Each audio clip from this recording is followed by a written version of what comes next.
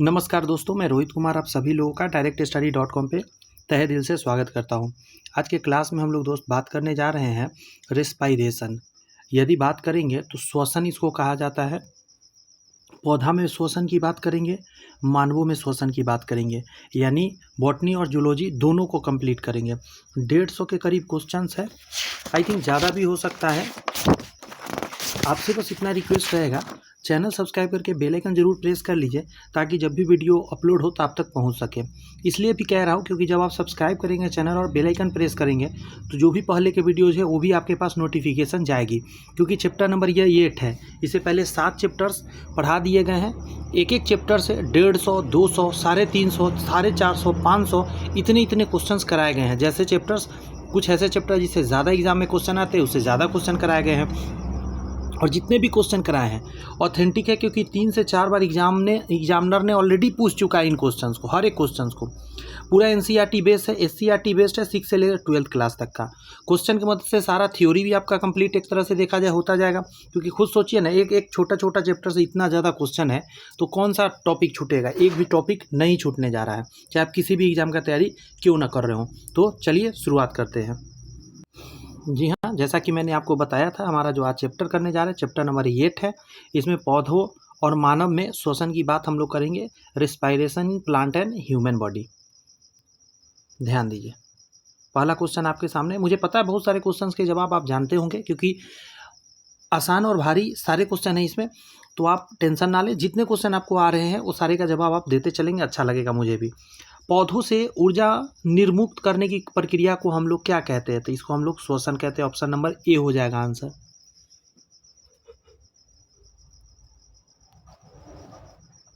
श्वसन के दौरान कोशिका में उत्पन्न ऊर्जा किस रूप में संचित होता है? तो इसको हम लोग एटीपी बोलते हैं, एडिनोसाइन ट्राइफॉस्फेट। ये जो शुरू में लिखा है इसका फुल फॉर्म भी कभी कभी एग्जाम में पूछता है, तो इसको बोलते हैं एडिनोसाइन डाइफॉस्फेट। आंसर इसका क्या था? एटीपी में संचित होता है जो भी ऊर्जा बनता है। ये जो प्रश्न है इसमें कह रहा है 2 लाइन दिया गया है आपको, कथन 1 कथन 2। आपको कह रहा है कितने सही आप बताइए। जीवन के लिए श्वसन परम आवश्यक है, तो एक छोटा बच्चा भी कहेगा कि जी हाँ, श्वसन के बिना तो जीवन संभव है ही नहीं। आगे कहता है विषाणु वायरस में श्वसन नहीं होता। ये बात भी सही है, वायरस जो है श्वसन नहीं करता। वायरस का श्वसन उस समय होता है जब ये किसी जिंदा जीवित कोशिका के अंदर जाता है। दोनों पॉइंट करेक्ट थे इसके। ये क्वेश्चन कह रहा है आपका सही नहीं है। 4 ऑप्शन है ना आपके सामने। पहला कहता है श्वसन प्रक्रिया के अंतर्गत शरीर में ऊर्जा का उत्पादन होता है। सही बात है ये तो। श्वसन अनिवार्य जैविक क्रिया है जो शरीर के प्रत्येक कोशिकाओं में संपन्न होती है। ये भी बात सही है। जैविक क्रिया मतलब मेटाबॉलिक प्रोसेस। आगे कहता है श्वसन ऑक्सीजन की उपस्थिति में ही संभव है। ही लगा हुआ है, ऐसा नहीं हो सकता, ये गलत है। ऐसा नहीं कि श्वसन ऑक्सीजन के ही उपस्थिति में होगा। ये जरूरी है कि ऑक्सीजन जरूरी है, लेकिन ये भी जरूरत नहीं कि हर समय होता है, क्योंकि आप श्वसन के बारे में पढ़ेंगे, वायवीय श्वसन भी होता है और अवायवीय श्वसन भी होता है। बात समझ में आया? तो फिर वायवीय श्वसन में तो ऑक्सीजन जरूरत पड़ेगा, लेकिन अवायवीय श्वसन में ऑक्सीजन जरूरत नहीं पड़ता है। नेक्स्ट पॉइंट है कि श्वसन के दौरान ऊर्जा जो है एटीपी अणु के रूप में कोशिकाओं में संचित होती है। तो ये पहले क्वेश्चन देखा आपने, 2 नंबर क्वेश्चन तो यही था ना, तो ये भी पॉइंट सही है, ये भी सही है और ये भी सही है। सिर्फ गलत है तो सी नंबर। अगर हम बात करें 5 नंबर क्वेश्चन, तो कहता है श्वसन किस प्रकार की अभिक्रिया है? तो आप जवाब देंगे इसका, श्वसन जो है ऑक्सीकरण, कैसी ऑक्सीकरण प्रक्रिया है। नेक्स्ट क्वेश्चन में सूर्य प्रकाश का रूपांतरण किस रासायनिक ऊर्जा के रूप में होता है? बात समझे, सूर्य प्रकाश का रूपांतरण किस रासायनिक ऊर्जा के रूप में होता है जो हमारे उपापचय मतलब मेटाबॉलिक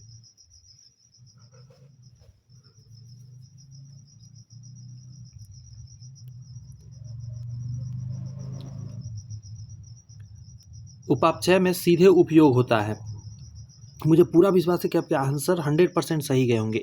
एटीपी ऊपर बताया था, एटीपी आंसर हो जाएगा, एडिनोसाइन ट्राइफॉस्फेट। इस क्वेश्चन में कह रहा है कि सभी जीवित कोशिकाओं में रासायनिक ऊर्जा, कौन सा ऊर्जा? रासायनिक ऊर्जा का सार्वजनिक वाहक यानी यूनिवर्सल कैरियर कौन है?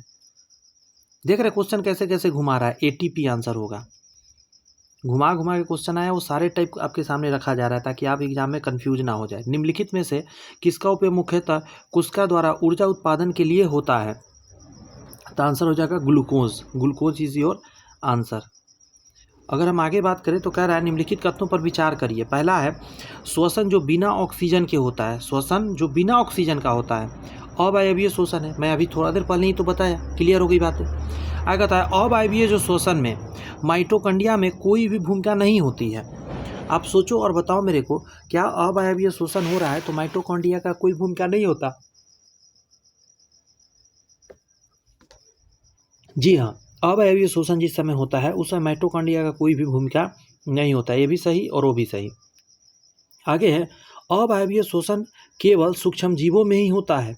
केवल सूक्ष्म जीव में होता है, ये गलत बात है, ऐसा नहीं है। अवायवीय शोषण ऐसा नहीं है कि सिर्फ सूक्ष्म जीव में ही होता है। तो आंसर इसका क्या दीजिएगा? 1 और 2 ही आंसर देना सही रहेगा।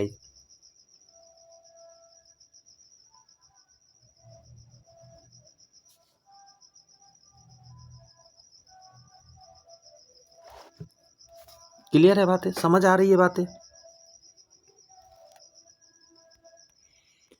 क्वेश्चन को छोटी छोटी बातों को समझना है, कोई आंसर तक आपको ले जाएगा।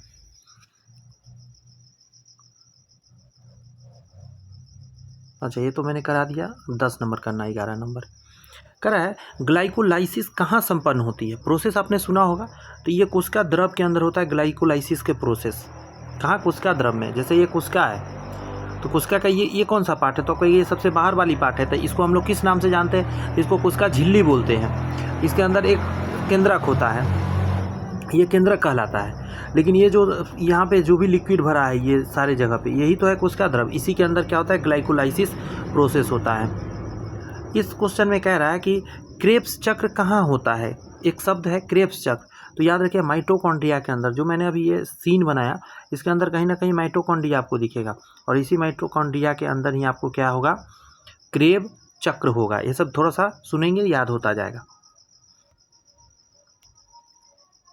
अनॉक्सी या अवायवीय शोषण में, अनॉक्सी या अवायवीय शोषण में ग्लूकोज के अपूर्ण विघटन के फलस्वरूप क्या बनता है? ग्लूकोज के अपूर्ण विघटन से क्या बनता है? आप आंसर देंगे एल्कोहल एवं CO2 बनता है। एल्कोहल भी बनता है और CO2 भी बनता है।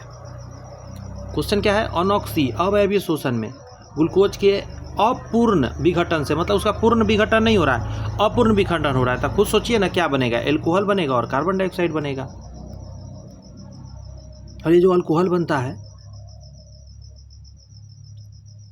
यही एथेनॉल बनता है, लैक्टिक एसिड बनता है, कई तरह की चीज़ बनता है। आगे कह रहा है अनॉक्सी या अवायवीय शोषण में, अवायवीय शोषण में ग्लूकोज के अपूर्ण विघटन के कारण क्या बनता है? ऊपर वाला सेम क्वेश्चन था क्या? अनॉक्सी अवायवीय शोषण में ग्लूकोज के अपूर्ण विघटन के फलस्वरूप क्या बनता है? तो यहाँ पे तो हो गया अल्कोहल और CO2। अब आगे देखिए इसमें क्या आंसर दीजिएगा। क्वेश्चन थोड़ा सा चेंज हुआ है। यहाँ आंसर क्या देना होगा? ऑप्शन के हिसाब से चलना होगा। यहाँ लैक्टिक अम्ल देना पड़ेगा आंसर। बात समझ में आ रहा है? वहाँ पे आपको वो सही है, लेकिन यहाँ पे ये सही है। ऑप्शन के हिसाब से आपको घूमना है। अब इसमें तो कहिएगा CO2 है सर, तो सिर्फ CO2 है ना, फिर अल्कोहल कहाँ है? तो आपको लैक्टिक अम्ल आंसर देना पड़ेगा। एग्जाम में दोनों क्वेश्चन आए हैं।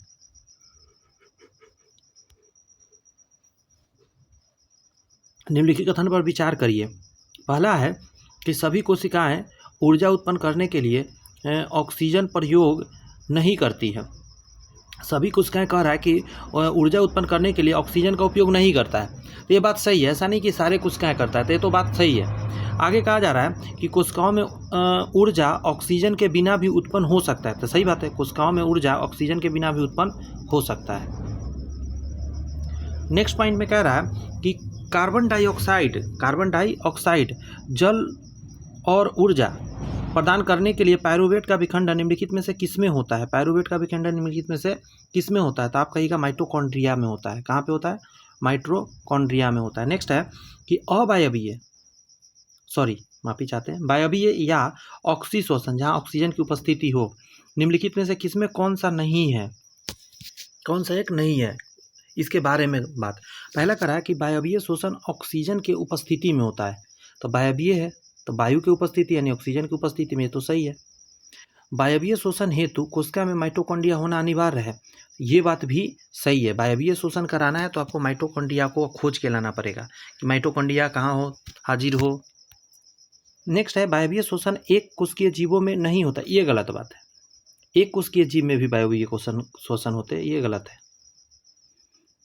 कह रहा है कि वायवीय श्वसन में अत्यधिक ऊर्जा निर्मुक्त होती है, एकदम सही बात है। वायवीय पूर्ण रूपे न क्या है, दहन है, इसीलिए डी भी सही है। ए बी डी सही है, सी गलत था। आगे कहा जा रहा है कि वायवीय श्वसन कौन सा वायवीय श्वसन में होता है, ग्लाइकोलिसिस होता है, क्रेब्स चक्र होता है, ग्लाइकोलिसिस और क्रेब्स चक्र दोनों होता है, तो दोनों चीज़ होता है, ग्लाइकोलिसिस भी होता है और उसके बाद क्रेब्स चक्र भी होता है। पहले ग्लाइकोलिसिस का प्रोसेस होता है, लास्ट में जाके क्रेब्स चक्र होता है, माइटोकॉन्ड्रिया के अंदर होता है, आपने एक क्वेश्चन देखा है। और पूर्ण जो है पूर्ण क्या बोला जाए उसको, श्वसन की क्रिया कंप्लीट हो जाती है। ऑक्सीजन के उपलब्ध नहीं होने पर, उपलब्ध नहीं है ऑक्सीजन, पायरुवेट का परिवर्तन जंतुओं में किस यौगिक में हो जाता है, तो आप याद रखिएगा लैक्टिक अम्ल में हो जाता है, इसलिए शरीर में दर्द होने लगता है। आगे है कि श्वसन प्रक्रिया में खाद्य पदार्थों का क्या होता है, तो आप आंसर निकाल के देंगे विघटन होता है। क्या होता है, विघटन होता है। श्वसन प्रक्रिया में खाद्य पदार्थों का क्या होता है, तो विघटन होता है। विघटन यानी टूटना एक तरह से। आगे क्वेश्चन में है कि श्वसन किस प्रकार की प्रक्रिया है, श्वसन किस प्रकार की प्रक्रिया है, आपका आंसर निकल के आएगा।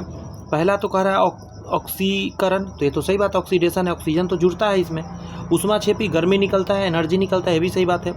जब रासायनिक प्रक्रिया है यानी मेटाबॉलिक प्रोसेस है, ये भी सही बात है, यानी आंसर डी दीजिए, सारे इसमें सही है। निम्नलिखित कथनों पर विचार करिए।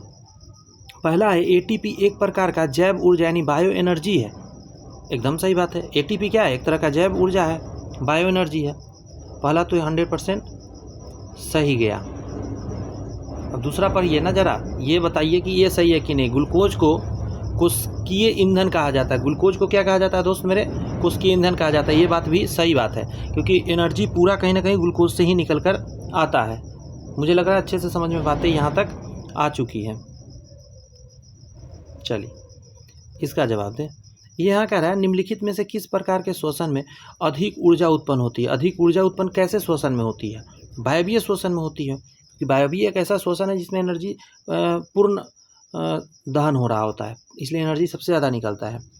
ग्लाइकोलिसिस का अंतिम उत्पाद क्या होता है, ये क्रेब्स चक्र नहीं है, ग्लाइकोलिसिस है, उससे पहले वाली स्टेज है। तो आंसर याद रखिए पायरुवेट अम्ल का बनना, ग्लाइकोलिसिस में पायरुवेट अम्ल बनेगा। और क्रेब्स चक्र हो गया तो फिर तो पूरी एनर्जी ही मिलेगा। क्रेब्स चक्र के अंतिम में क्या बनता है, अब देखिए दोनों आपके सामने क्वेश्चन आ गया। ग्लाइकोलिसिस में अंतिम उत्पाद क्या होता है, तो पायरुवेट अम्ल का बनना। लेकिन क्रेब्स चक्र में अंतिम उत्पाद क्या बनेगा, अब आप कनेक्ट करके आंसर दे सकते हैं। क्या बनेगा, CO2 बन जाएगा और H2O बन जाएगा, CO2 और H2O बन जाएगा। ये ध्यान रखने वाली बात है। ये दोनों क्वेश्चन सोना ही था एकदम एग्जाम के लिए। क्रेब्स चक्र को अन्य किस नाम से भी जाना जाता है, स्टार लगाइए। एग्जाम में नहीं आएगा लेकिन आपके नॉलेज पर्पज से बहुत ज़्यादा इंपॉर्टेंट ये क्वेश्चन रहा।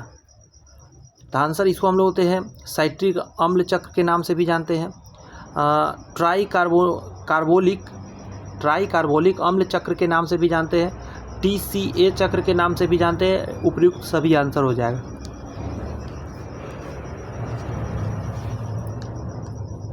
क्रेब्स चक्र का देख लीजिए क्या क्या नाम है, क्या है, साइट्रिक अम्ल चक्र, ट्राई कार्बोक्सिलिक अम्ल चक्र और TCA चक्र। उपयुक्त सभी आंसर हो जाएंगे। नेक्स्ट है आपका ईस्ट द्वारा निम्नलिखित प्रक्रिया संपन्न होती है। ईस्ट द्वारा वायवीय, अवायवीय, फर्मेंटेशन, तो इसको क्या बोलते हैं, फर्मेंटेशन होना। किसी भी चीज़ को सड़ने के लिए रख देते हैं, फर्मेंटेशन होता है और वहाँ पे ईस्ट ये प्रोसेस कर रहा होता है। कोशिका के अंदर वायवीय श्वसन का केंद्र कहाँ होता है, तो माइटोकॉन्ड्रिया के अंदर होता है। अभी पीछे के क्वेश्चन में मैंने समझाया था। यहाँ पे कहा जा रहा है कि वायवीय श्वसन के दौरान एक ग्लूकोज अणु कितने ATP अणु निर्माण करते हैं। Very very important question, very very important question. बहुत सारे स्टूडेंट गलती करते हैं। आंसर इसका सिर्फ होगा 2 ATP। कितना, 2 ATP का निर्माण करते हैं। अवायवीय श्वसन के दौरान एक ग्लूकोज अणु से कितने ATP अणु का निर्माण होता है, तो आपका आंसर निकल के आएगा 2 ATP।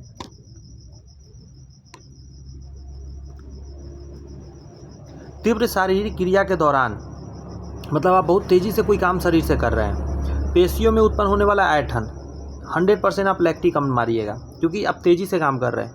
लेकिन लंबे समय तक काम करिएगा तो वहाँ पे याद रखिएगा ग्लूकोज की कमी आंसर दीजिएगा, दोनों में क्वेश्चन में अंतर होता है।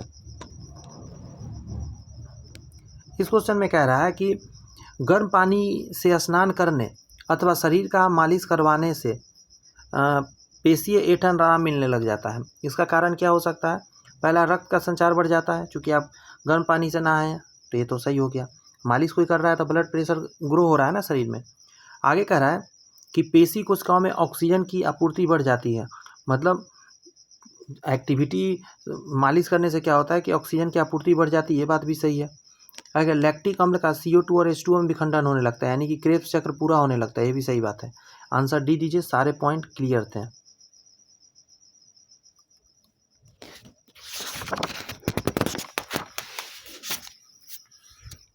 इस क्वेश्चन में कह रहा है कि निम्नलिखित कथन में से कौन सा सत्य नहीं है, कौन सा सत्य नहीं है वो पूछ रहा है आपसे। पहला कह रहा है कि वायवीय शोषण का प्रथम चरण कोशिका द्रव में तथा द्वितीय चरण माइटोकॉन्ड्रिया में होता है। अभी जस्ट मैंने बताया कोशिका द्रव में क्या हो रहा होता है, तो ग्लाइकोलिसिस हो रहा होता है, और जब यही चीज़ कहाँ पे चला जाता है माइटोकॉन्ड्रिया के अंदर, तो क्रेब्स चक्र कहलाता है, ये सही है। अवायवीय शोषण की पूरी प्रक्रिया कोशिका द्रव में ही होती है, ये बात भी सही है। अवायवीय का पूरा प्रोसेस कोशिका द्रव में होता है। पायरुवेट अम्ल का कोशिकाओं में वायवीय शोषण में होता है। पायरुवेट अम्ल का कोशिका में वायवीय शोषण, तो ये गलत है, इस्तेमाल कहिएगा। पायरुवेट अम्ल का इस्तेमाल, यहाँ पे लिखिए इस्तेमाल, क्यों? तो देखिए पायरुवेट अम्ल का इस्तेमाल कोशिका में वायवीय शोषण में होता है, तो ये भी सही बात है। और ये पायरुवेट बना कहाँ? तो अवायवीय शोषण में बना, ये पायरुवेट कहीं अलग से नहीं आया है। अभी जो बताया गया आपको जो कोशिका द्रव के अंदर, यहाँ पे कोशिका द्रव के अंदर जो बना, प्रोसेस हुआ, तब तो माइटोकॉन्ड्रिया के अंदर जाएगा ना, तो पायरुवेट बनेगा। यही पायरुवेट अम्ल का इस्तेमाल हो जाता है वायवीय शोषण में। 3 पॉइंट अभी आपने पढ़ा, तीनों सही है। अब लास्ट वाला तो गलती होना ही पड़ेगा, पढ़ लेते हैं फिर भी, कि अवायवीय शोषण के दौरान कोशिका द्रव में पायरुवेट अम्ल नहीं बनते, ये गलत बात है। अभी में कोशिका द्रव में पायरुवेट तो बनेगा ही बनेगा ग्लाइकोलिसिस में। यहाँ कह रहा है जीवाणुओं में शोषण से क्या उत्पन्न होता है, जीवाणुओं में शोषण से क्या उत्पन्न होता है, तो आंसर क्या हो जाएगा? जीवाणु है ना, तो क्या बनाएगा? दिमाग लगा के बताइए, मैं 1 मिनट देता हूँ आपको। अम्ल बनाएगा नहीं, अम्ल बनाएगा नहीं, ये तो बना नहीं। आंसर क्या फाइनल निकल गया? Alcohol is the most important. जीवाणु है तो ईस्ट है, यानी कि कार्बन डाइऑक्साइड और ATP बनाएगा, एनर्जी तो बनाएगा ही बनाएगा नहीं। अल्कोहल, CO2 और ATP तीनों सही हो जाएगा, मतलब डी नंबर आंसर सही थे। यहाँ कह रहा है जंतुओं में अनऑक्सी शोषण में क्या क्या उत्पन्न होता है? अनऑक्सी शोषण मतलब अवायवीय, ऑक्सी और अनऑक्सी बोलते हैं। आप कहिएगा बड़ी आसान है सर, जंतु में अनऑक्सी हो रहा है ना, तो लैक्टिक अम्ल बनेगा। कोई भी जंतु, हम हो, जानवर हो, कुछ भी हो, लैक्टिक अम्ल और ATP तो बनेगा ही बनेगा। कह रहा है ग्लूकोज के एक अणु के पूर्ण ऑक्सीकरण के फलस्वरूप कितने ATP बनता है? अब इस बार देखिए पूर्ण ऑक्सीकरण कर रहा है तब ATP पूछ रहा है, तो क्वेश्चन बदल जाता है। यहाँ 38 आंसर दीजिएगा। ये जो पहला में 2 दिया है, गलती कराने के दिया है। यह ग्लाइकोलिसिस की बात कर रहा है, वहाँ पे 2 होता है, यहाँ पे पूर्ण कर रहा है, यानी क्रेब्स चक्र की बात कर रहा है, तो 38 आंसर दिया। 38, टोटल 40 हो गया ना, 38।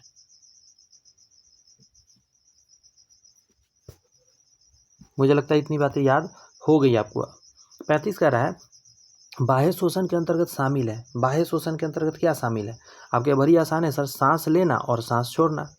बाहर से तो यही हम देखते हैं, इनहेल करते हैं, एक्सहेल करते, बस। लेकिन शोषण जो रियल में हो रहा होता है, वो हो रहा होता है कोशिकाओं के अंदर।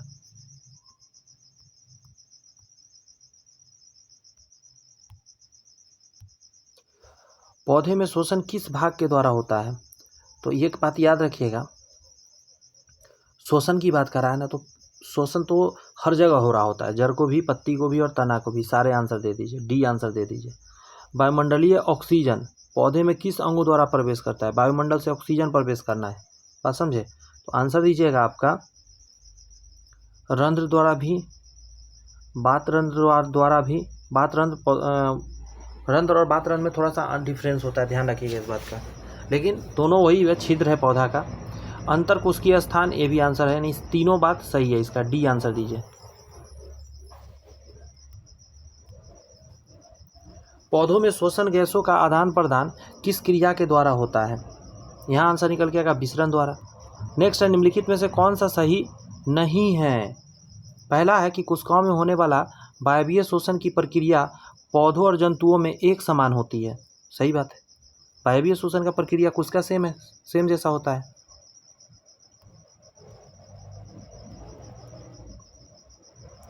यहाँ पे कह रहा है कि पौधों के प्रत्येक भाग के अलग अलग श्वसन होता है, तो अलग अलग पार्ट में अलग अलग उत्तक है, तो अलग अलग तरीका से श्वसन होता है, चेंज होते रहता है प्रोसेस। पौधे में श्वसन गैसों का परिवहन संवहन उत्तक के माध्यम से होता है।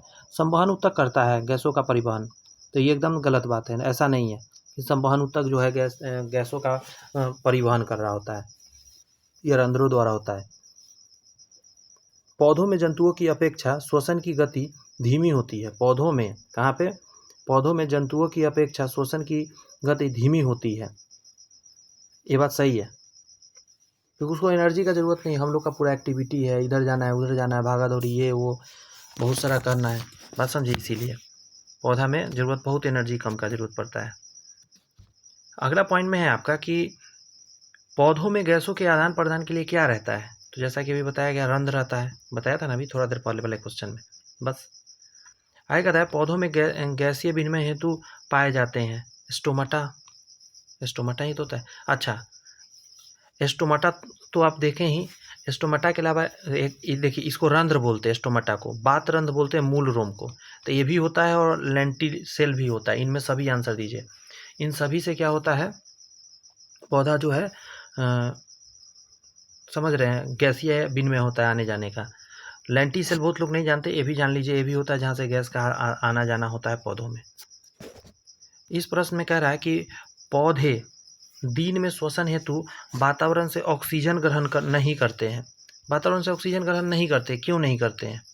पौधे दिन में श्वसन हेतु वातावरण से ऑक्सीजन ग्रहण नहीं करते, क्यों नहीं करते? पहला पॉइंट कह रहा है पौधे दिन में श्वसन नहीं करते हैं, ये बात तो सरासर गलत है। पौधे दिन और रात श्वसन करते हैं हमेशा। कहता है पौधे दिन में प्रकाश संश्लेषण, गौर से सुनिए, प्रकाश संश्लेषण के दौरान बने ऑक्सीजन का उपयोग श्वसन हेतु कर लेते हैं। अरे कॉमन सेंस की बात है, खुद ही वो ऑक्सीजन बना ही रहा है प्रकाश संश्लेषण करके, तो क्या ही इधर उधर से लेगा, उसी से यूज कर लेता है। क्लियर है बातें? आगे कह रहा है आपका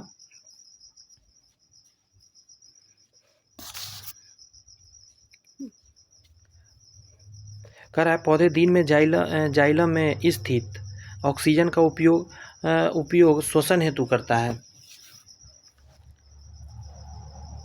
देखिए इसका आंसर मैं बताता हूँ, इसका आंसर दीजिए आप बी, सबसे अच्छा। पूछा क्या है उसको समझिए। पौधे, ठीक है, पौधे दिन में श्वसन हेतु वातावरण में ऑक्सीजन ग्रहण नहीं करते हैं, क्यों नहीं करते? तो इसका कारण दीजिएगा। पौधे दिन में प्रकाश संश्लेषण के दौरान बने ऑक्सीजन का उपयोग कर लेते हैं, इसीलिए। यहाँ कह रहा है बात रंध्र जिसको लेंटिकल्स बोलते हैं, पौधे के किस भाग में पाए जाते हैं? बताइए जरा।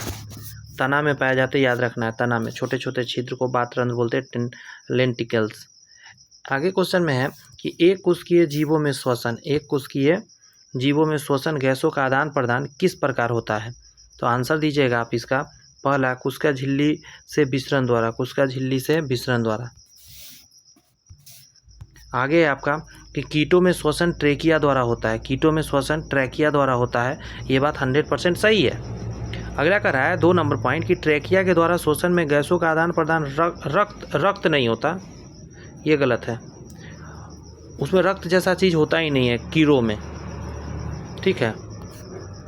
आगे कहा जा रहा है ट्रेकिया शरीर के सतह पर श्वासन रंध्र, जिसको स्पेरेकल बोलते हैं, नामक छिद्रों द्वारा खुलता है, ये सही बात है। श्वास रंध्र द्वारा बाहर खुलता है, यानी कि इसका 2 गलत था, 1 और 3 सही था। यहाँ पे है आपका कि जलीय प्राणियों में सांस लेने की दर स्थलीय प्राणियों की तेज होता है, इसका कारण क्या है? पानी में ऑक्सीजन की संख्या कम है, इसी वजह से, और कोई बड़ी बात थोड़े ना है। नेक्स्ट आ रहा है कि स्थलीय प्राणियों में सांस लेने की दर जलीय प्राणियों की काफ़ी तेज होता है। तो 46 का तो देखिए, अगर उसको सही कह दिए तो इसको तो गलत करना पड़ेगा, क्योंकि कॉमन सेंस की बात है, ज़्यादा तेज सांस जलीय जीव लेगा क्योंकि वहाँ ऑक्सीजन की कमी है। आगे निम्नलिखित में कौन सा जीव श्वसन यानी सांस हेतु कोशिका झिल्ली का उपयोग नहीं करता है? कोशिका झिल्ली का प्रयोग करता ही नहीं है जीव, तो आंसर दीजिए तिलचट्टा, ट्रैकिया द्वारा करता है, कीड़ा है ना। आगे कह रहा है टिड्डा तथा तिलचट्टा में शोषण किसके द्वारा होता है? तो आंसर क्या दीजिएगा? टिड्डा द्वारा होता है। क्लियर हो रही है बातें? यहाँ पे कह रहा है कि तिलचट्टे में शोषण के लिए क्या पाए जाते हैं? तो इसको बोलते हैं क्या पाए जाते हैं? तो गलफरा तो होता नहीं है, फेफड़ा तो होता नहीं है, स्पाइरेकल्स बोलते हैं इसको। क्या बोलते हैं? स्पाइरेकिल्स। यहाँ पे आपका निम्नलिखित में कौन सा एक सही नहीं है? निम्नलिखित में कौन सा एक सही नहीं है? पहला है कि मछली तथा अन्य जलीय जीवों में गिल्स नामक श्वसन अंग होते हैं। तो जलीय जीव में गिल्स नामक श्वसन अंग होते हैं। गिल्स के माध्यम से जलीय जीव जल में घुले हुए ऑक्सीजन का प्रयोग अवश्य हेतु करते हैं। एकदम सही बात है। जलीय जीव जल में घुले हुए ऑक्सीजन का प्रयोग श्वसन हेतु करते हैं, ये बात भी सही है। आगे कहता है गिल्स द्वारा जीव श्वसन हेतु वायुमंडल के ऑक्सीजन का उपयोग नहीं कर सकते, ये भी सही बात है, तभी तो मछली बाहर निकालने पर मर जाते हैं। आंसर लास्ट में कह रहा है गिल्स के द्वारा श्वसन में गैसों का आदान प्रदान रक्त के माध्यम से नहीं होता है। गलत बात है, गिल्स से जब हो रहा है तो रक्त की ही मदद से होता है। सिर्फ कहने के लिए गिल्स है, जैसे हमारे शरीर में फेफड़ा है वैसे उसमें गिल्स है, प्रोसेस सारा वही हो रहा होता है। तो यही आंसर आपका गड़बड़ दिया हुआ था। 1 2 3 सही थे इसके, चौथा गलत था। यहाँ पे आपका कि निम्नलिखित किसमें श्वसन सिर्फ फेफड़ों के द्वारा ही होता है? सिर्फ कह रहा है फेफड़ों के द्वारा ही होता है, बताइए। पहला कह रहा है रेप्टिलिया या मैमेलिया हो गया या एबीज पक्षी वर्ज हो गया, इस सभी में फेफड़ा द्वारा ही होता है, शरीर के त्वचा द्वारा या विसरण द्वारा कोई और प्रोसेस द्वारा नहीं होता। यहाँ पे निम्नलिखित में कौन सा एक मानव के श्वसन मार्ग का सही क्रम है? सांस लेने का जो सही क्रम है, पहला ही सही लग रहा है। नासिका छिद्र होता है सबसे पहले, नासिका छिद्र जिसको नोस्ट्रिल बोलते हैं। उसके बाद है ग्रसनी, समझे, जिसको फेरिक्स बोलते हैं। तो नासिका छिद्र के बाद ग्रसनी, ऐसे बीच में भी पार्ट्स होते हैं, बट यहाँ जो सीक्वेंस है उससे बता रहे हैं। इसके बाद आपका हो जाएगा लैरिंग्स हो जाएगा।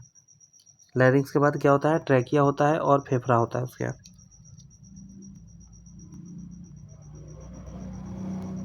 यहाँ पे है मनुष्य के सूंघने की क्षमता कुत्ते जैसे निम्न स्तनधारियों की अपेक्षा कम होती है। क्यों हम लोग कम सूंघ पाते हैं?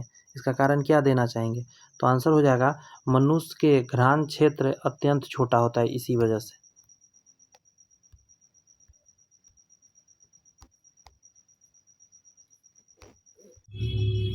निम्नलिखित कथनों पर विचार करने के लिए कहा जा रहा है। पहला है आपका मनुष्य में श्वसन मार्ग का प्रारंभ नासिका छिद्र से होता है, तो ये तो सही है, नासिका छिद्र से ही होता है। नेक्स्ट है मनुष्य में श्वसन मार्ग की समाप्ति फेफड़ा स्थित वायुकोश में होता है, तो ये भी सही बात है। दोनों पॉइंट यहाँ पे 100% सही दिए गए हैं, ठीक है, ध्यान रखिए। एल्वोली में जाकर लास्ट होता है श्वसन मार्ग। मनुष्य के नासिका बेस्यम यानी नेजल चैम्बर का छोटा अग्रभाग जिसमें बाह्य नासिका छिद्र खुलता है क्या कहलाता है? इसको हम लोग प्रकोष्ठ बोलते हैं, वेस्टिब्यूल बोलते हैं, ध्यान रखिएगा, प्रकोष्ठ।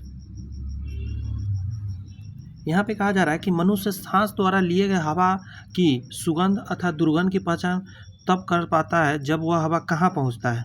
हमारे नाकों में जाता है तो कौन सा हो जाएगा? तो आंसर हो जाएगा आपका लैरिंग्स में पहुँचता है। जब लैरिंग्स के अंदर पहुँचता है वहाँ पे जाकर उसको सुगंध मिल जाता है, ये ध्यान रखिएगा, लैरिंग्स पे। आगे कहा जा रहा है मानव के श्वसन पथ में कौन सा श्वसन पथ, मतलब श्वसन का जो रास्ता है, में ट्रैकिया की लंबाई लगभग कितनी होती है? 11 सेंटीमीटर, ज़्यादा बड़ा नहीं होता है, 11 सेंटीमीटर होता है, ध्यान रखना है। इसका एक और तरीका है याद रखने का, ट्रैकिया का शेप से याद रख सकते। ट्रैकिया ऐसे करके 2 भागों में बंटता है, तो एक यहाँ होता है, एक यहाँ होता है, 11, समझे, एक और एक 11, ऐसे करके याद रखना आसान होता है। नेक्स्ट है नासिका बेस्यम की दीवार जो टेढ़ी मेढ़ी घुमावदार प्लेट की तरह होती है को क्या कहा जाता है? इसको हम लोग कांची बोलते हैं, कौंची, कांची या कौंची कहते हैं इसको, टेढ़ी मेढ़ी दीवार।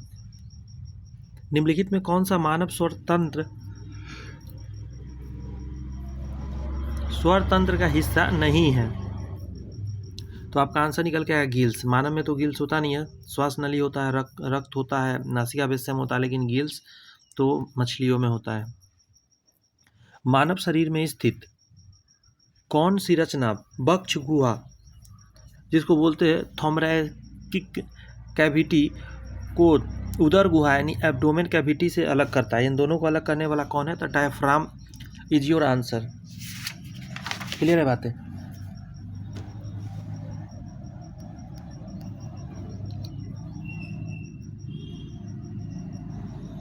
नेक्स्ट क्वेश्चन में है कि फेफड़े की संरचनात्मक तथा क्रियात्मक इकाई है। फेफड़ा का संरचनात्मक तथा क्रियात्मक इकाई क्या है? तो वायुकोश एल्वोली बोला जाता है। मेन तो एल्वोली ही कर रहा होता है ना, सारा कुछ ठीक है,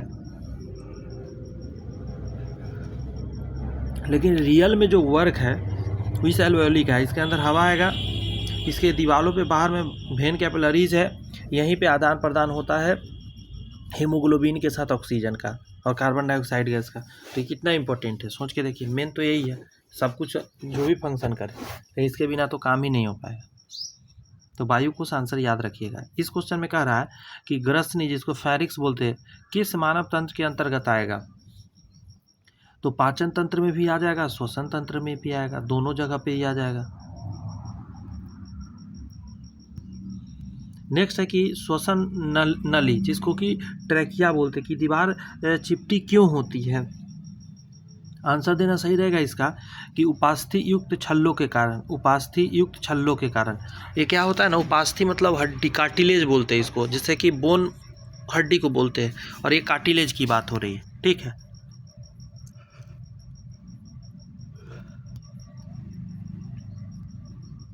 इस क्वेश्चन को गौर से सुनिए, सही बताना है पॉइंट पढ़कर। पहला कह रहा है कि श्वास नली ट्रैकिया वक्ष गुहा में पहुंचते ही दो श्वासनी यानी ब्रोंकी में विभक्त हो जाते हैं। ये बात सही है। आगे जाके भी मैं पिक्चर जो बताया था, आगे जाके दो भागों में बढ़ जाते हैं। नेक्स्ट क्वेश्चन है आपका कि प्रत्येक श्वसनी यानी ब्रोंकी फेफड़ों में पहुंचकर श्वासनिकाओं यानी ब्रोंकियोल्स में बढ़ जाते हैं। ये बात भी सही है, ये भी 100% सही बात है, समझ रहे हैं बात। आगे जाके ब्रोंकियोल्स में बढ़ जाते हैं। नेक्स्ट है आपका श्वसनी का अंतिम छोर फेफड़ों के वायुकोश में खुलता है। ये भी बात सही है, जितने भी ब्रोंकियोल्स बनते हैं वो सभी वायुकोश में खुलते हैं। ऐसे देखिए, ऐसे आया, यहाँ से दो भागों में बट गया, एक राइट फेफड़ा में चला गया, एक लेफ्ट फेफड़ा में चला गया। आगे जाके ऐसे ऐसे ऐसे ऐसे बहुत सारा बट गया रास्ता, और अलग अलग एल्वोली के साथ सब कनेक्ट हो गया। तो ये तो ऊपर से आया, ये रहा ट्रैकिया, आगे जाके ये जो बटा इसी का नाम है ब्रोंकी। ब्रोंकी बहुत सारे छोटे छोटे ब्रोंकियोल्स में बढ़ जाते हैं। तीनों पॉइंट इसमें सही है। ये जो पॉइंट है इसको भी देख लीजिए कि श्वसनी का अंतिम छोर फेफड़ों के वायुकोश में खुलता है। तीनों पॉइंट इसके सही थे। यहाँ पे है कि मनुष्य के दोनों फेफड़ों में लगभग कितने वायुकोश पाए जाते हैं? अभी जिस सबसे लास्ट पॉइंट की बात कर रहे हैं, कितने पीस होते हैं? 3 × 10⁸ होते हैं। कितने होते हैं? 3 × 10⁸ होते हैं एल्वोली की संख्या। दोनों फेफड़ा में मिलाकर है, ध्यान रखिएगा। नेक्स्ट है क्या, मनुष्य के दोनों फेफड़ों में कुल कितने भागों में बटे होते हैं? दोनों फेफड़ा कितने भागों में बटे होते हैं? तो ये तो दिमाग लगा के देने वाला आंसर है, तो याद रखिएगा टोटल 5 भाग हो जाते हैं। मनुष्य के दोनों फेफड़े कुल कितने भागों में बटे होते हैं? तो 5 भाग में बटे होते हैं। निम्नलिखित में ज़्यादातर बच्चा 4 मारता है, क्योंकि उसको लगता है कि दोनों फेफड़ा का साइज बराबर है तो उतना ही 4 भाग में बढ़ता होगा, मतलब ऑड कैसे बढ़ जाएगा, लेकिन ये ऑड में बटा रहता है, ध्यान रखना है।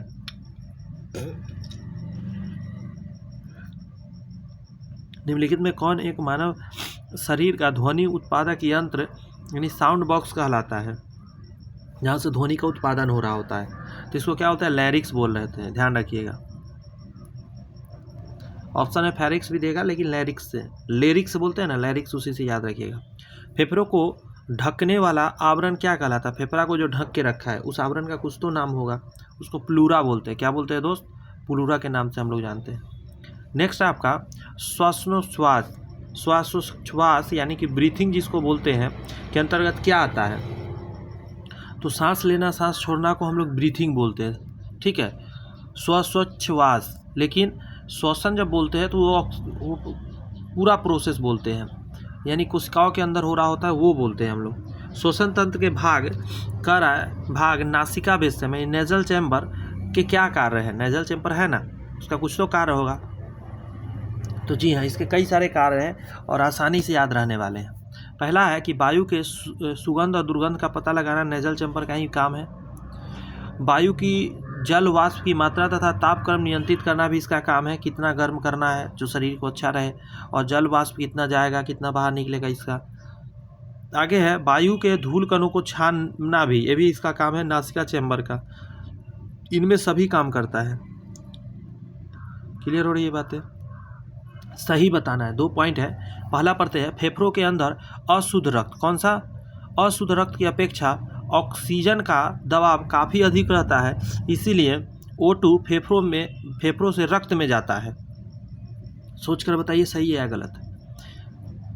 नेक्स्ट है, फेफड़ों के अंदर अशुद्ध रक्त की अपेक्षा CO2 का दबाव कम होता है, इसीलिए CO2 अशुद्ध रक्त से निकलकर फेफड़ों में विसरण करता है। देखिए दोनों प्रोसेस वेरी वेरी इंपॉर्टेंट है और दोनों आसान है। देखिए फेफड़ा है, एल्वोली है, मैं बना के दिखाता हूँ। ये एल्वोली है, सुनिएगा क्या प्रोसेस होता है। इसके अंदर क्या होगा? अंदर में तो O2 होगा, ऑक्सीजन होगा। एल्वोली के दीवार पर बाहर से क्या आया हुआ होगा? तो आपको होगा इसके बाहर से सर आया होगा ब्लड। अब देखिए फेफड़ों के अंदर अशुद्ध रक्त की अपेक्षा O2 का दबाव काफ़ी अधिक होता है, इसके अंदर ऑक्सीजन का ज़्यादा दबाव होता है, इसीलिए अंदर बाहर की तरफ क्या होता है, ये जो ब्लड है उसके अंदर चला जाता है ऑक्सीजन। क्लियर हुई? आएगा था फेफड़ों के अंदर अशुद्ध रक्त की अपेक्षा CO2 का दबाव कम होता है, इसलिए CO2 अशुद्ध रक्त से निकलकर फेफड़ों में चला आता है। और जब ये जो होता है इसमें CO2 कम मात्रा में होता है। अब ये कैसे डिसाइड होता है उसको समझिए। इसको एक अलग तरीक़ा से समझाते हैं और क्लियर हो जाएगा। देखिए एल्वोली है, वातावरण से आया है, हवा तो वातावरण से गया, इसमें कितना % ऑक्सीजन होगा? तो 21%। अच्छा, ये जो अंदर से आया होगा उसमें ऑक्सीजन होगा? तो ना के बराबर ऑक्सीजन तो नहीं होगा। यहाँ क्या होगा? तो ज़्यादातर CO2 रहता है। अब ऑक्सीजन नहीं होने की वजह से ऑक्सीजन बाहर की तरफ भागना चाहेगा, ठीक है, तो वो ब्लड में जाएगा। अब CO2 तो ब्लड में आया है, ब्लड के साथ CO2 आया है, प्लाज्मा के साथ आया है घुल मिलकर, लेकिन अंदर में CO2 कितना होगा? तो वातावरण में 0.03% ही है ऑक्सीजन, सॉरी कार्बन डाइऑक्साइड। बाहर में तो इतना ही है, तो इसमें तो इतना ही आया होगा बाहर से, तो अंदर में क्या जाएगा? ज़्यादा इस मतलब जो बाहर से आया है उसमें तो 0.03% ही है कार्बन डाइऑक्साइड, तो इसलिए कार्बन डाइऑक्साइड ब्लड से कहाँ जाता है? एल्वोली के अंदर, जो कि बाहर बाद में निकलेगा। तो दोनों पॉइंट इसके सही थे। मैं पिक्चर से भी समझाने की कोशिश किया ताकि माइंड में क्लियरली याद रहे। कह रहा है श्वसन वर्णक, जिसको बोलते हैं रेस्पिरेटरी पिगमेंट, किसे कहा जाता है? तो याद रखने वाली बात है, हीमोग्लोबिन को कहा जाएगा, यही तो शोषण करा रहा होता है। किसी सामान्य वयस्क व्यक्ति विश्राम अवस्था में औसत श्वसन दर कितना होता है? सो रहा है व्यक्ति, तो वो 12 से ऐसे आंसर होता है, 12 से 18 या 15 से 18 बार सांस लेता है प्रति मिनट। ये भी ध्यान रखना है, सेकेंड मत मार दीजिएगा। किस प्रक्रिया द्वारा श्वसन के दौरान गैस रुधिर में प्रवेश करती है और फिर उसे छोड़ती है? प्रक्रिया का नाम तो कुछ होगा, बताओ आप मेरे को। आसान है, विसरण के द्वारा गैसों का आदान प्रदान हो रहा होता है। यहाँ पे है कि श्वसन के दौरान ऑक्सीजन का परिवहन किसके द्वारा होता है? श्वसन के दौरान ऑक्सीजन का परिवहन किसके द्वारा होता है वो बताइएगा। तो याद रखिएगा, रक्त में स्थित हीमोग्लोबिन के द्वारा। यहाँ कह रहा है कितने प्रतिशत कार्बन डाइऑक्साइड का परिवहन हीमोग्लोबिन द्वारा होता है? हीमोग्लोबिन द्वारा कार्बन डाइऑक्साइड CO2 की बात कर रहा है, तो आपको लगता होगा 100%, तो ये माइंड से निकाल के फेंक दीजिए। 100% नहीं होता, प्लाज्मा में घुल के होता है। तो आंसर मात्र 10 से 20% हीमोग्लोबिन ही जाता है, हीमोग्लोबिन के साथ मिलकर, कहने का मतलब कार्बन डाइऑक्साइड। आगे कर रहा है फेफड़ों के किस भाग में गैसीय आदान प्रदान होता है? फेफड़ों के किस भाग में गैसीय आदान प्रदान होता है? तो आंसर क्या हो जाएगा? वायुकोश। आंसर क्या हो जाएगा? वायुकोश। यहाँ पे है अंतःश्वासित वायु इंस्पायरेशन तथा उच्छ्वासित वायु मतलब एक्सपायरेशन में ऑक्सीजन का प्रतिशत कितना होता है? तो आंसर क्या दीजिएगा? 21% से 16.4%। मतलब अगर हम सांस लेते हैं तो उसमें तो वातावरण में जितना होगा उतना जाएगा 21%, लेकिन जब हम सांस को क्या करते हैं, छोड़ते हैं, तो हम लोग कुछ यूज कर जाता है शरीर। तो जब बाहर निकलता है वायु, उसमें ऑक्सीजन का मात्रा जो होता है वो मात्र रह जाता है 16.4%। और ये डाटा याद रखने वाला है, कई बार एग्जाम में आया हुआ है। 16 नहीं, 16.4%। आगे क्वेश्चन में है कि मनुष्य के स्वच्छवास यानी एक्सहेल में बाहर निकली O2 की मात्रा कितनी होती है। तो ऑप्शन के हिसाब से आंसर दीजिएगा, तो यहाँ क्या दीजिएगा, 16 देना पड़ेगा, क्योंकि यहाँ तो है ही नहीं 16.4, तो आपको 16 देना पड़ेगा। बात समझ में आ रही है। मनुष्य के स्वच्छवास बाहर निकलने वाली CO2 की मात्रा कितनी होती है, जो बाहर निकल रहा होता है, तो 4% तकरीबन क्या हो रहा होता है, कार्बन डाइऑक्साइड। अब आपका कैलकुलेशन बैठ गया होगा कि आपने ऑक्सीजन कितना लिया था, आप कहोगे 16%, सॉरी 20% लिया था, ओहो सॉरी 21% लिया था, और बाहर कितना निकल रहा है कार्बन डाइऑक्साइड 4। तो बाहर कार्बन डाइऑक्साइड 4 कैसे आ रहा है और ऑक्सीजन 16 कैसे आ रहा है, क्योंकि अंदर में यूज हो गया। ये जो 4% है कहाँ तब्दील हो गया, 4-5% तकरीबन तब्दील हो जाता है आपको इस चीज़ में, कार्बन डाइऑक्साइड में। नेक्स्ट है आपका कि डीऑक्सीजिनेटेड हीमोग्लोबिन युक्त रक्त का रंग होता है। आंसर क्या दीजिएगा, बैगनी रंग का होता है। ठीक है। आगे है आपका कि हाइपोक्सिया उस स्थिति को कहते हैं, जब हाइपोक्सिया किस स्थिति को कहते हैं, तो आंसर हो जाएगा रक्त में ऑक्सीजन की सांद्रता में कमी आ जाती है। रक्त में ऑक्सीजन की सांद्रता में कमी आने को क्या बोलते हैं, हाइपोक्सिया बोलते हैं। आगे है आपका कि ऊंचाई पर जाने से श्वसन गति क्या हो जाएगा, बढ़ जाएगा। इसलिए बढ़ जाएगा क्योंकि ऑक्सीजन उस पर कम है, तो ऑक्सीजन चाहिए, तो तेजी सांस लेंगे तभी तो ऑक्सीजन का पूर्ति होगा। एक स्वच्छवास में श्वसन द्वारा अंदर ली गई तथा बाहर निकाली गई हवा आयतन में क्या कहलाता है। इस आयतन को कुछ तो नाम दिया गया होगा, तो इसी को बोलते हैं टाइडल आयतन। क्या बोलते हैं, टाइडल आयतन के रूप में हम लोग जानते हैं। बहुत लोग पहली बार नाम सुने होंगे, लेकिन याद रखना है इसको। आगे करा हीमोग्लोबिन से जुटकर CO2 क्या बना देता है, तो आंसर क्या दीजिएगा, इसको बोलते हैं कार्बोक्सी हीमोग्लोबिन बनाता है, कार्बोक्सी हीमोग्लोबिन बनाता है। नेक्स्ट प्रश्न है कि मनुष्य के फेफड़ों द्वारा महत्तम आयतन फेफड़ों की कितनी होती है। मनुष्य के फेफड़ों का महत्तम आयतन फेफड़ों का कितना होता है, से पूछ रहा है। तो आंसर हो जाएगा इसका 5400 से लेकर 60,000 ml के बीच में होता है। ध्यान रखना है, 5400 से 60,000 ml।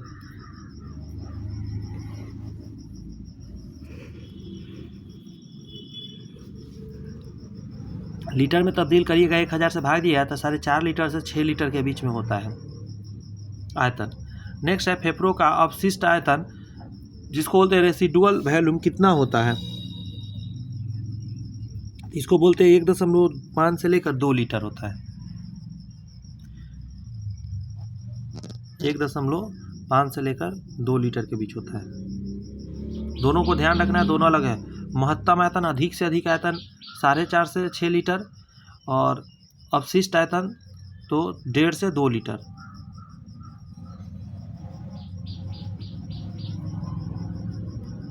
यहाँ पे है कि श्वसन की जैविक क्षमता, जिसको वाइटल कैपेसिटी बोला जाता है, तो इसका आंसर क्या हो जाएगा, 3.5 से 4.5 ml तकरीबन, मतलब 3400 से लेकर 4800 ml होता है। आगे है बिना किसी अतिरिक्त प्रयास के मनुष्य कितनी हवा सांस लेता और छोड़ता है, मतलब नॉर्मल कितना जाता है। ऐसे तो एक होता है कि हम बहुत तेज़ी से बहुत ज़्यादा खींचते, तो 500 ml बोलेंगे इसको। 500 ml हम लोग तकरीबन सांस को नॉर्मली लेते हैं और छोड़ते हैं। सही बताना है, ठीक है। कह रहा है पहला पॉइंट, श्वसन की प्रक्रिया जीव जंतुओं तथा पेड़ पौधों सभी में समान रूप से होती है। आप सोचो जरा, क्या समान रूप से हो सकता है, सोचने की बात है। श्वसन की प्रक्रिया जीव जंतुओं तथा पेड़ पौधों सभी में समान रूप से होती है। क्या किस सेंस में कह रहा है ये, रुक जाइए, अगला पढ़ना पड़ेगा। यहाँ कह रहा है श्वासोच्छ्वास प्रक्रिया जीव जंतुओं तथा पेड़ पौधों में अलग अलग तरीके से होता है। हाँ, पहला सही है और दूसरा भी सही हो जाएगा। ये पर्पस क्या है समझिए जरा। श्वसन तो नॉर्मली दोनों में होता है, ये कहना यह चाह रहा है कि श्वसन प्रक्रिया जीव जंतु में भी होता है और पेड़ पौधा में भी होता है, समान रूप से होता है, मतलब उसको भी एक प्रोसेस है, होता है, हम लोग में भी होता है, तो ये भी सही बात है, दोनों में होता है। आगे कह रहा है स्वच्छवास प्रक्रिया जीव जंतुओं तथा पेड़ पौधों में अलग अलग तरीके से होता है, तो सांस लेना और छोड़ना अलग अलग होता है, तो ये सही बात है। अब समझिए, श्वसन की क्रिया एक समान है, क्योंकि हम लोग भी क्या करते हैं, समझने का कोशिश करिएगा मैं जो बोल रहा हूँ। हम लोग, ऑक्सीजन गया मेरे शरीर के अंदर, सेल के पास पहुँचता है, सेल में उसका प्रोसेस होता है, कार्बन डाइऑक्साइड बनता है, एनर्जी बनता है वगैरह वगैरह, और फिर कार्बन डाइऑक्साइड बाहर आ जाता है। पौधा में क्या होता है, कार्बन डाइऑक्साइड गैस जाता है, सेल के अंदर जाता है, वहाँ भी प्रोसेस होता है, वहाँ पे ऑक्सीजन बनता है, खाना बनता है उसका, वहाँ से बाहर निकल जाता है। बात समझ में आता है? दोनों में प्रक्रिया तो एक ही तरह घूमा, श्वसन तो सेम हुआ, लेकिन स्वच्छवास बदल गया। सांस लेना छोड़ना अलग है, हम लोग फेफड़ा के द्वारा मदद से लेते हैं, करते हैं, हीमोग्लोबिन हेल्प करता है। पौधों में क्या है, सांस लेने वाला वहाँ बदल गया, वहाँ पे क्या है, स्टोमेटा के द्वारा सांस जाता है, बात रंध्रों के द्वारा जाता है। बात समझ में आ रहा है? इसीलिए तो स्वच्छवास अलग होता है दोनों में, लेकिन श्वसन दोनों में सेम जैसा होता है, सेम कार्य करता है।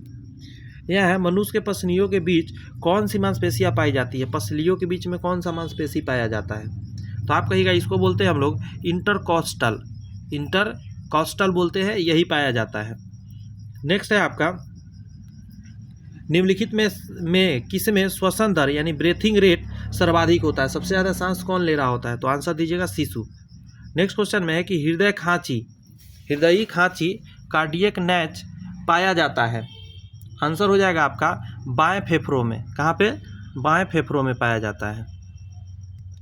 आगे क्वेश्चन है आपका, निम्नलिखित में से कौन सा एक मानव ट्रैकिया के संबंध में सही नहीं है? मानव ट्रैकिया के बारे में सही नहीं है। यह रक्त से भरी होती है।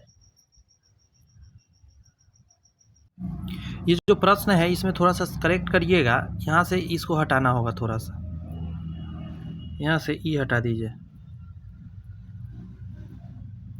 नहीं को हटाना पड़ेगा, नहीं हटाने से अब सही हो जाएगा। कैसे सही हो जाएगा उसको समझ लीजिए। देखिए, कर निम्नलिखित में कौन सा मानव ट्रैकिया के संबंध में सही है? तो आंसर हो जाएगा इसका सी नंबर, कि यह शाखित, कौन सा होगा, यह शाखित और वायु से भरी होती है। ट्रैकिया जो होता है शाखित होता है और वायु से भरा होता है। ये रक्त से भरा हुआ वाला सारे गलती है, रक्त कहीं नहीं होता है भरा हुआ, रक्त भर जाएगा फिर श्वसन कैसे प्रोसेस होगा? यहाँ पे कई सारे पॉइंट दिए गए हैं, तो पूछ रहा है सही बताना है, अंडरस्टैंड। पहला पढ़ते हैं, मनुष्य के फेफड़ों में स्वंग फैलने सिकुड़ने का गुण नहीं होता है। स्वंग नहीं, स्वयं, यहाँ क्या होता है, स्वयं। मनुष्य के फेफड़ों में स्वयं फैलने सिकुड़ने का गुण नहीं होता है। सही बात है ये। नेक्स्ट है कि अंतः श्वसन के समय डायफ्राम पीछे खिसक कर पसलियाँ बाहर की ओर और फैलकर फेफड़ों के आयतन को बढ़ाते हैं। सांस अंदर लेते तो यही प्रोसेस हो रहा होता है ना। सब जो है डायफ्राम में पीछे खिसक कर और पसलियाँ बाहर की तरफ आकर सांस को क्या करता है, भर लेता है उसके अंदर। दोनों पॉइंट अभी तक सही है। तीसरा पॉइंट में कह रहा है कि बाह्य श्वसन के समय डायफ्राम ऊपर उठता है तथा पसलियाँ अंदर की ओर जाता है, जिससे कि सिकुड़न होता है और फेफड़ा बाहर आसानी से हवा को छोड़ पाता है। तो ये तीनों बात सही थे। यहाँ पे कह रहा है श्वसन गुणांक या श्वसन भाग क्या है? आसान है, पहला ही आंसर हो जाएगा विमोचित CO2 का आयतन बटा अवशोषित O2 का आयतन। अभी जो बताया था वहाँ पे कि 4% तकरीबन क्या होता है, बाहर निकल रहा होता है, और ये टोटल 21% जा रहा होता है। बात समझ में आया कि आपने 21% लिया और कार्बन डाइऑक्साइड 4% छोड़ा, तो इसी को श्वसन गुणांक आप निकालेंगे करके। यहाँ पे है कि मनुष्य के फेफड़ों का पूर्ण रूप से ऑक्सीजन रहित हो जाने की स्थिति को क्या कहा जाता है?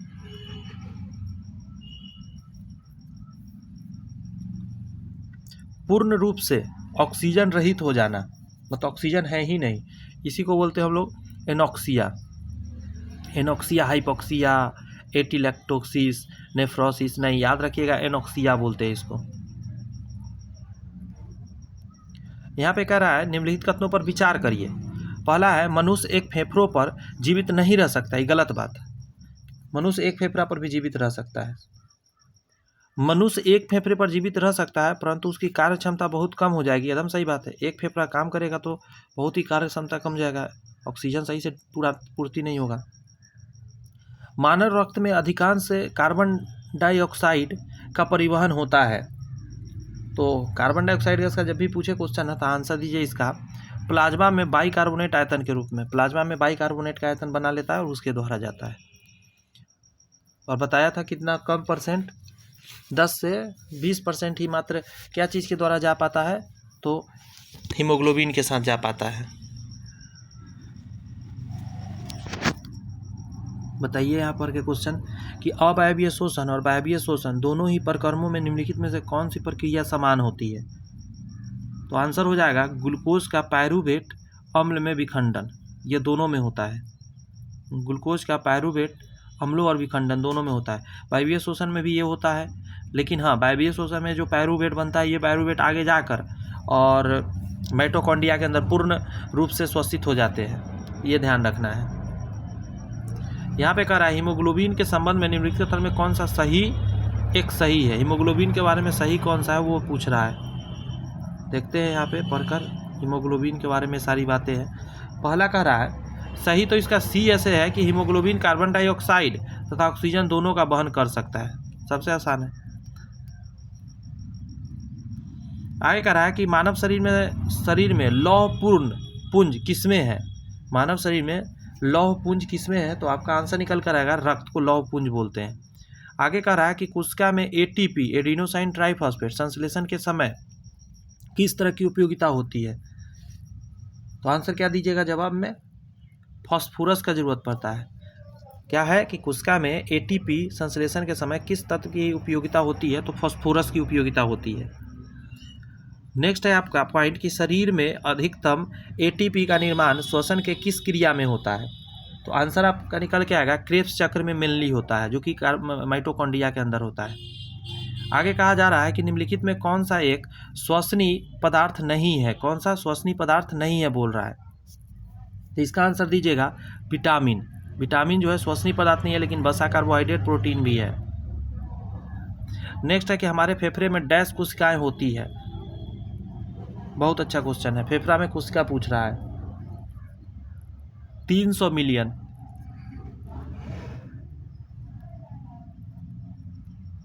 यहाँ पे कहा जा रहा है कि मानव श्वसन में क्या छोड़ता है? सांस जब हम छोड़ते हैं तो क्या छोड़ते हैं? तो कार्बन डाइऑक्साइड गैस छोड़ते हैं। ऑप्शन के हिसाब से तो यही देना रहेगा। कैसा लगा सेशन कमेंट्स में ज़रूर बता दीजिएगा।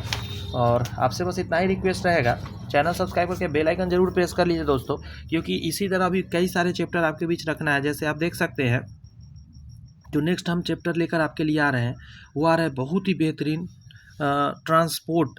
Transportation in plant and human body, मतलब बॉटनी और जूलॉजी दोनों में लेकर आएंगे। पौधे और मानव में परिवहन किस तरीका के होता है, समझे? तो चलिए मिलते हैं नेक्स्ट वीडियो में। All the best, bye bye, thank you.